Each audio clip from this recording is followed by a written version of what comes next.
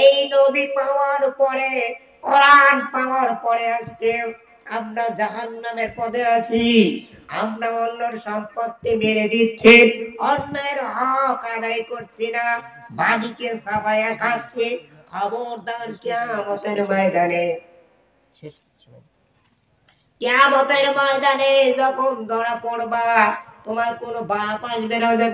বিচারক কালামানিকের কথা তো শুনেছেন, যার পরিস্থিতি দেলোয়ার হোসেন সাহেব আলেম ওলামাদের বিরুদ্ধে এমন কথা বলেছে, এমন লড়া লড়েছে আইনি ভাবে, তাদেরকে ফাঁসিতে ঝুলিয়েছে।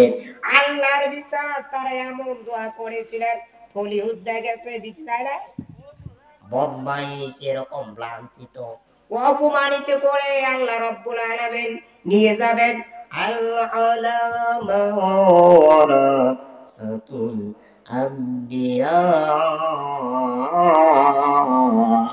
আলেম ওলামাদের সাথে যদি লাগতে আসো, আলেম ওলামাদের সাথে যদি বেঈমানি করো, তাদের উপর অন্যায় করো, অত্যাচার করো, জুলুম করো, কোরআনের বিরোধিতা করো, কোরআনের আইন চালু করতে যদি বাধা দাও, তাহলে তোমাদের পরিস্থিতি এরকম হবে। আমার ভাইরা, এই কোরআন নিয়ে যেতে হবে।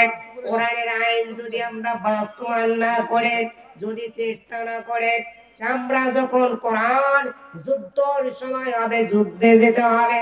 আর যখন কলমা পড়ার সময় কলমা পড়তে হবে, যখন নামাজের সময় মসজিদে গিয়া নামাজ পড়তে হবে।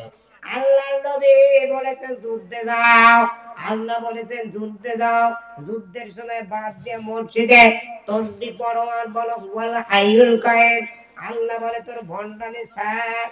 কারণ আমরা ইসলামের আইনের কথা বলতাম না, ইসলামের রাষ্ট্র পালন করার জন্য